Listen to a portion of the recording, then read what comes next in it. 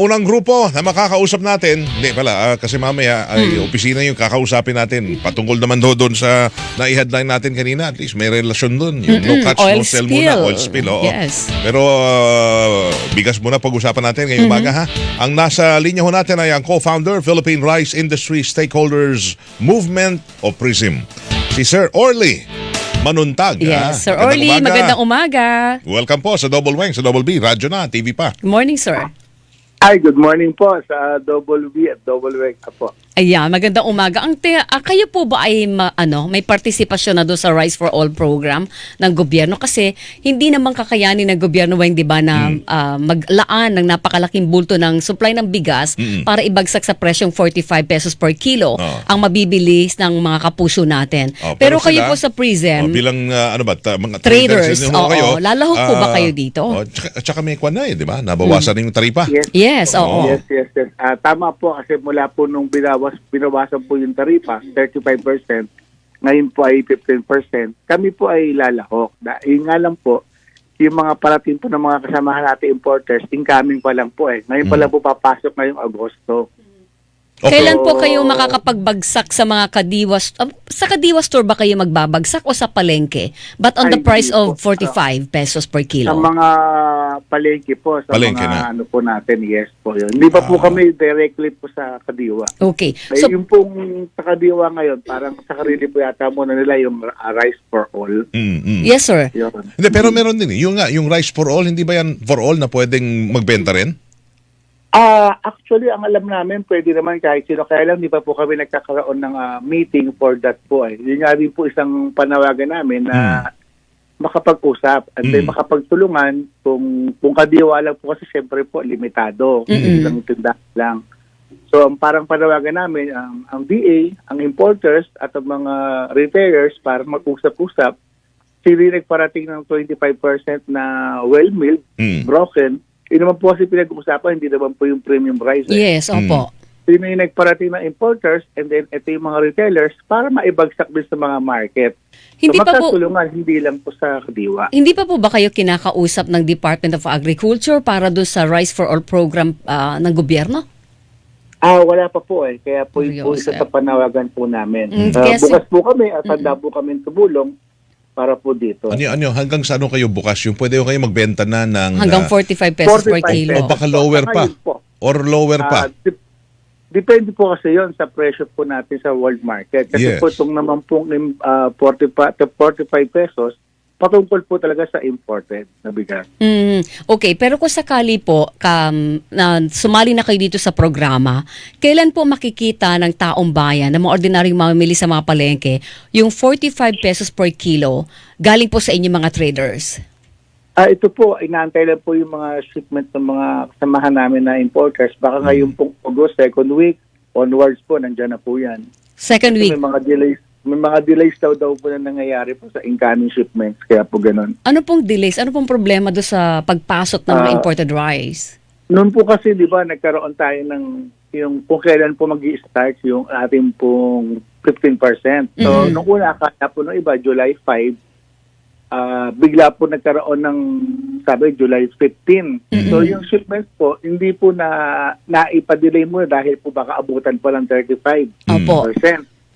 So, chinek mo na mabuti. So, kung okay na naman po na 15%, saka lang po sila nagpa-move. Siyempre po, hindi po siya ganun kabilis. It takes po ng mga 3 to 4 weeks po bago dumating po yung shipments galing po sa origin. Okay. Aside from that, may mga tupong bagyo po na nangyari. Siyempre po, along the way, may mga tumabi po na bargo sa mga pantalan ng ibang port. So, bago sila papunta ulit po ng Pilipinas. Pero doon po sa pagbebenta na gagawin ninyo ng 45 pesos per kilo, hindi naman po kayo lugi na doon. Sir Orly. Tama lang, medyo manipis lang din po syempre yung kita dito. So, pero nakikita naman namin na kaya naman basta po magtulong-tulong lang din. And maganda po yung coordination po. Government, DA, mga importers, saka yung mga retailers po natin. Pero wala pong isa-subsidize ang gobyerno doon sa 45 pesos per kilo na ibebenta nyo? Wala naman po. Wala. Bali, ang tulong na lang sa inyo ng gobyerno, yun ngang ibaba sa 15% yung taripa ng imported rice na ibebenta ninyo sa palengke. Yes, tama po. Kasi Yun. kailangan po mag-reflect po yun, yung pang binaba. Kasi kung 50 pa rin ang presyo, parang Oo. wala po nangyari, di po Oo, ba? kawawa naman doon ng tao, sir. At saka Tama gobyerno, po. di ba? Nagbawas na nga ng kita ang gobyerno eh. Tapos hindi Opo. mararamdaman ng taong bayan, di po ba? Kaya, yun nga po, kaya po yung isa po yung sa amin po na ano po ngayon ng PRISM is tumulong at ma-reflect, pag-monitor din kami Mm-mm. para makita po talaga yung 15% at bumaba talaga sa market at least 45 pesos sa well-milled rice. Opo. Na-forecast ata ng grupo nyo rin, kasama ho yung isa pang grupo, na magiging by July, kahit July hanggang August, ito na yung magiging presyuhan ng bigas. 45 to, minsan to 47. Sa, ano po Tama ho ito, ba? sir, tama po, sa presyo po na world market price natin, Mm. siyempre doon ho tayo naka Depende. Mm-mm. Mm. Tsaka po yung pamasahe sa barko at tsaka po yung dollar. Mm, Dollar mm. natin yan, 58 mahigit, medyo Correct. mataas. Imported ito eh. Pamasahe Oo. sa barko, medyo paangat din po. Opo. Kasi nga, papasok na po ang Burman. Opo. So, yun naman pong presyo sa world market, medyo steady po ngayon. Mm. So, inaasahan po namin na may stabilize po yung presyo. Okay, by August, itong buwan, stabilize na ho ang presyo ng bigas.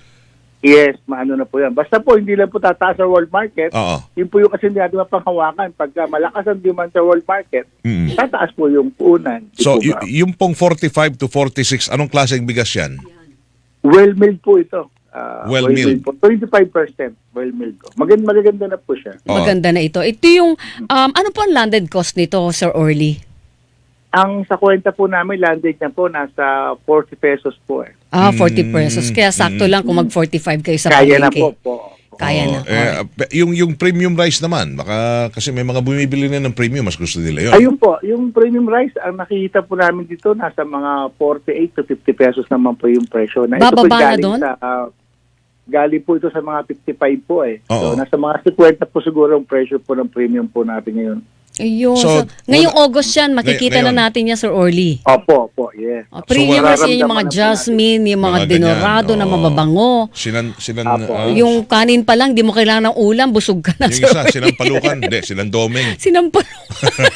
Ulam yun eh. Sinandoming. Oh, so ngayong So, masarap August, na sir, yun. makakabili na kami ng premium rice na 48 pesos hanggang 50 pesos per kilo. Ayan po yun. Ganoon na po yung mangyayari po niya. Okay. Hindi, kasi dapat mangyayari yan, hindi lang August, Setyembre hanggang Pasko. Pwedeng ganun na ho ang presyohan o pwedeng bumaba pa. Yun po yung ating prayer kasi po, syempre po, sabi ko nga, nakadepende po tayo sa presyo sa world market eh. Pag bumaba po ang presyo sa world market, baka po bumaba pa po yan. Opo. Pag tumaas po sa kanila, tataas po siguro yung presyo. Di po Opo. ba?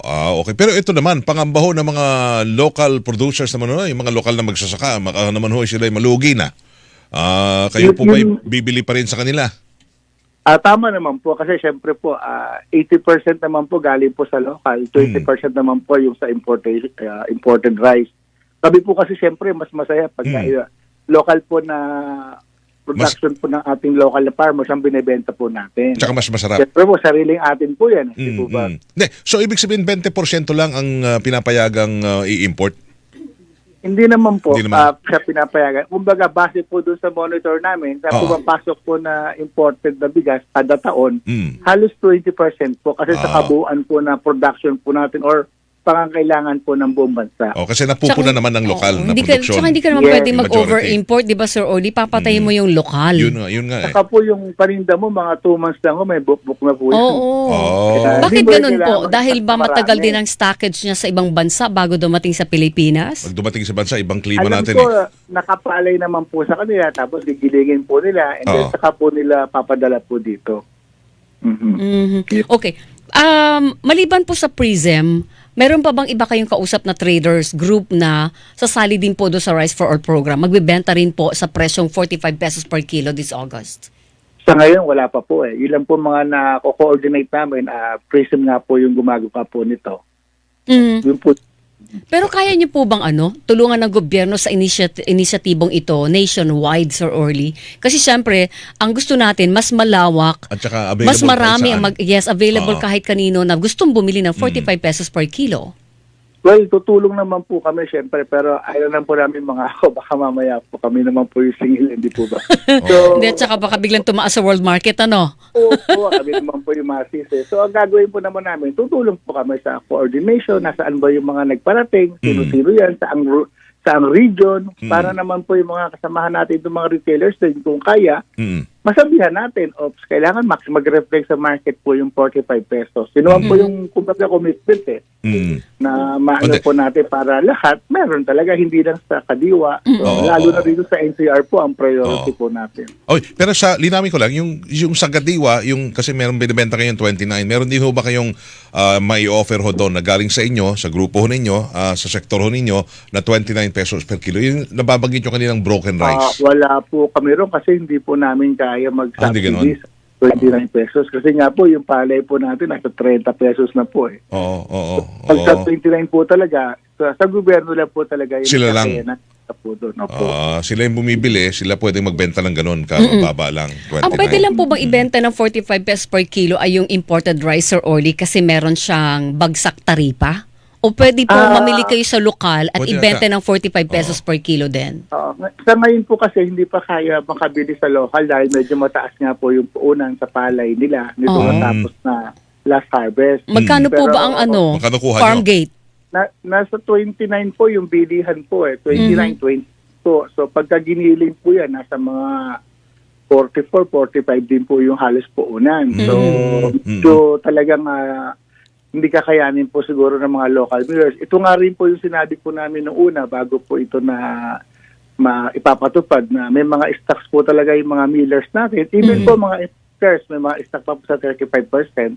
Marami-rami rin po. Ngayon lang po talaga sila halos nakakapag-unload. Kaya po gano'n. Hindi, pero Gano'n din po sa local. So ibig sabihin, talagang baka yung pangambaho ng mga magsasaka mangyayari. Wala nang bibili sa kanila kasi mahal nga yung benta nila. Oo, tapos merong kumura sa world market, tapos may doon bagsak na ho kayo. taripa pa. Oo. Talagang doon kayo bibili ng mga traders, di ba, Sir Orly?